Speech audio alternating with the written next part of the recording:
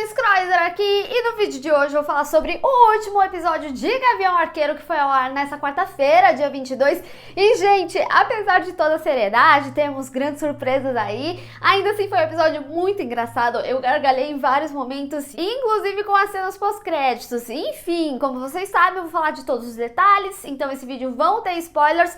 Então, se você ainda não assistiu, saiba que tem cenas pós-créditos, fica aí até o final, mas depois, quando terminar de assistir, volta e vem ver esse vídeo aqui com spoilers. Lembrando vocês que eu sempre trago as novidades dos filmes e das séries pra vocês o quanto antes, então se inscreve e clica no sininho pra receber notificação pra quando tiver um vídeo novo. Bom, gente, a primeira coisa, e eu acho que é a única coisa que dá pra gente começar falando nesse vídeo, é sobre o Rei do Crime. Gente, que homem sensacional, é muito bom a gente ver esse ator retomar aí o seu personagem, né? E eu tenho que dizer que eu já sentia isso assistindo ali a série do Demolidor, mas rever ele aqui, a gente percebe o quanto que ele trabalha em minúcias com esse personagem, porque teve um momento que ele só tava assim, virando pra falar com a Kate, e tipo, o cara, a pisa é super pesada, então ele já vem assim, e você já impõe um medo, a forma que ele se expressa, mesmo quando ele tá puto, ele parece pleno e não é bem assim. Enfim, eu acho simplesmente magnífico como ele trabalha o personagem, não teria ator melhor, eu acho que ele se estabeleceu muito bem como o Rei do Crime, então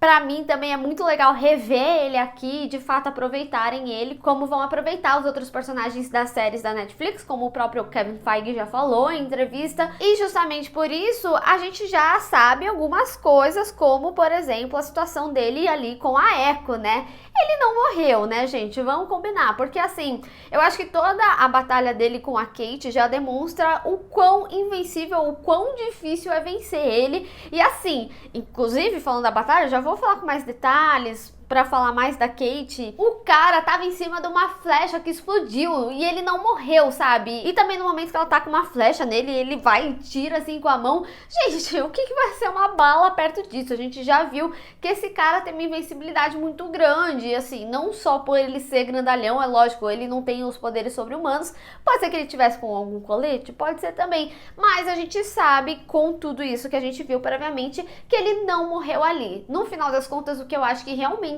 vai acontecer com relação a essa cena é para pré-estabelecer já um drama, um enredo para a série da Echo e assim, né, trazer outros personagens desse universo como o Demolidor. Inclusive algumas pessoas estavam falando, né, que a cena pós-créditos seria com o Demolidor ou com Homem-Aranha, e eu acho isso, gente, hilário, porque só pontua o tom da série, que as cenas pós-créditos não foi nada do que as pessoas esperavam, apesar de ser uma ótima cena pós-créditos também, mas é realmente para criar um tom, um embate aí pra Echo na série dela e introduzir a possibilidade desses personagens. Não sei quanto ao Homem-Aranha, porque eu realmente acredito que ele vai pro MIT, então ele estaria em Boston, não mais em Nova York, então é interessante também que eles pré-estabeleçam quem fica ali em Nova York, né, então trazer o Demolidor é uma boa ideia também. Isso lógico, né? A gente tem que ver como que eles vão explorar ainda. Pelo meu entendimento, ele vai para o MIT, ou pode ser que simplesmente ele fique em Nova York, e aí o Ned e a MJ só que foram para o MIT. Enfim, a gente tá numa fase muito prévia das coisas, tem que ver como que eles vão querer trabalhar o Homem-Aranha na nova trilogia. A gente sabe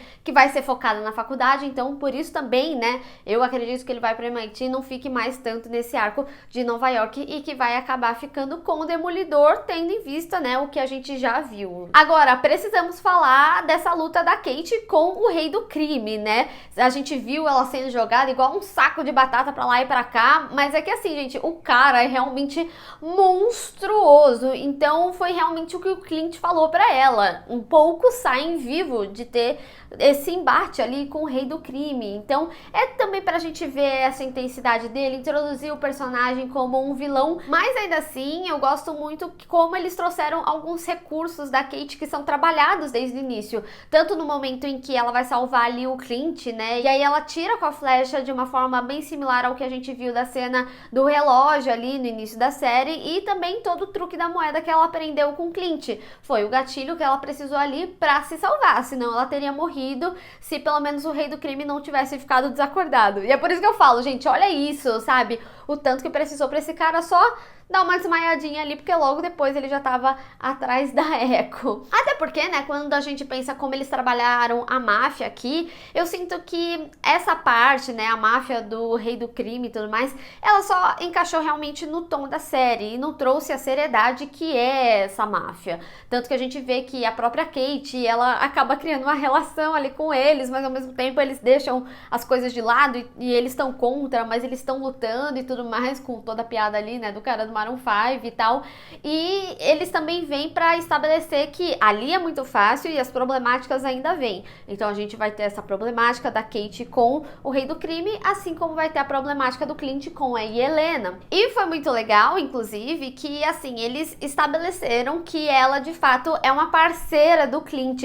Quando eu vi o início da série, eu achei que ia ser uma passagem de bastão do Clint, que ele ia se aposentar, inclusive pra ficar com a família, mas no final das contas o único personagem que se aposentou foi o Ronin. Então tudo do que a gente viu aqui no arco de Gavião Arqueiro, a série, foi realmente pra gente ver esse lado sombrio do Clint de lado realmente. Então toda a dor que ele tinha com a Natasha, até mesmo com relação ao Ronin, né, que ela resgatou ele do Ronin no momento que a gente já tinha previamente visto ele, é de entender qual que foi a decisão dela. Ela quis isso e isso era um aspecto dela, né? Inclusive essa cena é muito bonita. Inicialmente eu tinha ficado assim, pô, a Helena é uma viúva negra, né? Ela não vai simplesmente perguntar e depois matar, ela vai querer matar direto. E aqui foi o que aconteceu. Ela perguntou antes o que aconteceu, mas ao mesmo tempo eu entendo, sabe? É algo muito sentimental, muito emotivo. Talvez se fosse algo relacionado à minha irmã, aí mesmo que eu ia pra cima da pessoa,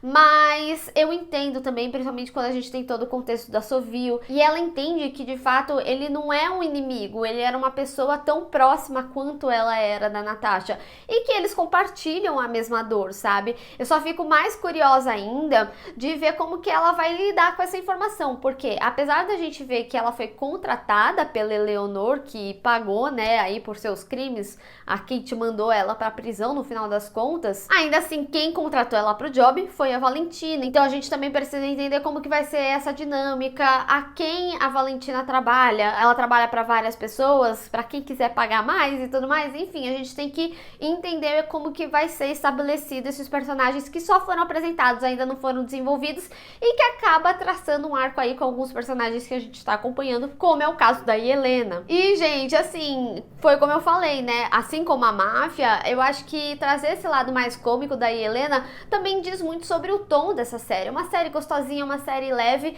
mas ao mesmo tempo, esse lado também foi explorado ali em Viúva Negra, no filme. Mas era muito mais sobre a relação dela com a Natasha, e a gente vê que ela consegue estabelecer essa personagem com outras pessoas que bem provavelmente podem ser grandes parceiros dela em algum momento, sabe? Então é muito legal ver ela toda seriona, a gente entende toda a gravidade por ela ser uma viúva negra e tal, e é engraçado ela ali brincando, né, com a Kate, porque se ela quisesse machucar a Kate realmente, o negócio tinha sido um pouco mais complicado, apesar que a Kate também é muito boa, tá? Não me entendam mal, mas foi interessante ter ali os golpes e tudo mais, e elas conversando de tomar uma cerveja depois de matar o Clint, tipo, é muito legal isso, é isso que eu falei, né? Apesar de você ter oponentes, ainda assim você consegue estabelecer uma relação. Então, a Kate, ela gostava da Helena, né? Ela entendia toda a problemática, não queria, óbvio, que ela matasse o Clint, mas elas estabeleceram uma relação, assim como ela estabeleceu ali com o cara da máfia, dando dica sobre a namorada pra ir no show do Maroon 5. Enfim, eu gostei muito disso. Então, eu acho que ao longo desse episódio, de uma forma geral, eu tava gargalhando, sabe? E eu acho que é isso que a série queria. Ela queria ser uma série mais leve. Eu sei que talvez em audiência ela não tenha sido das melhores, né, com relação às anteriores, mas eu acho que ela caminha muito bem e também deixa pistas para as possibilidades de serem trabalhadas no futuro. Já falei aqui, né, do que eu acredito que pode acontecer ali com a Echo, principalmente para a série da Echo, mas, por exemplo, o próprio Gavião Arqueiro, né, que nem eu falei, ele não se aposentou, mas por outro lado, ele também trouxe uma nova possibilidade aí da esposa dele ser explorada. Quando a gente vê que o relógio era dela, no final das contas, o símbolo que a gente vê ali é o símbolo da SHIELD, então ela foi uma agente, a gente não sabe exatamente também como que ela vai ser explorada em certo momento. Aí a gente consegue entender porque ela também falava alemão, mas a gente não sabe se eles vão dar alguma característica de personagens pré-existentes ou construir algo novo. A gente vê que o Clint trabalha muito bem em parceria, então pode ser que eles explorem algo aí no futuro. Não acho que isso tá à toa também, sabe? Porque é como eu falei, nada nessa série tá à toa. Então esse relógio ele veio, ele teve uma importância, a gente descobre que é da SHIELD. Então tem algo a ser explorado na esposa dele, assim como acho que tem outros aspectos a serem explorados na Kate. Como, por exemplo, o que eu falei, né? Dela ter usado o truquezinho ali da moeda, eu acho que eles podem usar outros aspectos pra ela. Por exemplo, ela ter feito as flechas junto com ele. Então ela poderia fazer essas flechas super perigosas. Tá certo que a gente viu que algumas coisas do que ele utilizou é da indústria Stark, que seria algo que ela não teria acesso. Mas assim, como tudo na vida, né? Contatos, então ela tem aí um contato com o Avenger, mas também outro aspecto que eu tinha falado em outros vídeos, sobre talvez, já que a mãe dela foi presa, inclusive por ela mesma, e ela estabelecer que ela vai querer fazer justiça, que ela é uma heroína, independente de quem você seja, eu acho que ela pode utilizar a empresa da mãe dela de background para ela e ter um diferencial do que é o Gavião Arqueiro do Clint. Eu tinha falado que ela podia, por exemplo, usar a empresa para ter acesso a algumas pessoas que ela precisa, para ela ter um lado mais investigativo também e saber o background de certas pessoas, como ela procurou sobre o caso. Então eu acho que isso pode ser um adendo, uma característica diferente da personagem dela, principalmente enquanto ela não se envolver com os Vingadores, se ela se envolver em algum momento. Então eu acho que tem muitas coisas a serem exploradas ainda. Eu não sei se eu cheguei a falar isso em algum vídeo, mas em comentários com alguns amigos, em off, né, eu já fiz, é que essas séries da Marvel, de uma forma geral, não é que elas não trazem grandes mudanças, mas elas precisam trazer pequenas introduções, porque a gente ainda não sabe necessariamente se a conversa, né, cinema e série vai funcionar, como por exemplo o What If, né, a gente teve todo aquele episódio do Doutor Estranho e o Multiverso da Loucura vai ter um arco similar ou igual, vamos ver como que eles vão trabalhar isso aí, assim como Loki introduziu o multiverso, enfim, né, tudo que a gente tá vendo nas séries é só a pontinha do que vai ser essa fase, e como a gente tem visto, inclusive nos filmes da Marvel, né, tipo Eternos, apresentou uma galera, sabe, apesar do filme ele ser um pouco não tão conectado, pelo menos por enquanto, ele é um filme que funciona independente, ainda assim a gente sabe que em algum momento vai colidir com os universos, assim como o Shang-Chi, né, trouxe tanto o herói quanto todo um background da história dele, assim como pra irmã, que vai ser mais explorada, a própria Kate, tudo que a gente viu que aconteceu no Homem-Aranha, sabe, é absurdo a gente ver que nenhum filme da Marvel mais é normal, de uma forma geral. Então eu acho que as séries, elas têm como apoio, né, sustentar tudo isso que está sendo construído de forma grandiosa nos cinemas. Então assim, gente, não quero nem ver como que vai ser, tipo, o Vingadores Guerra Infinita, Ultimato dessa fase. Mentira, eu quero ver assim, traz pra mim.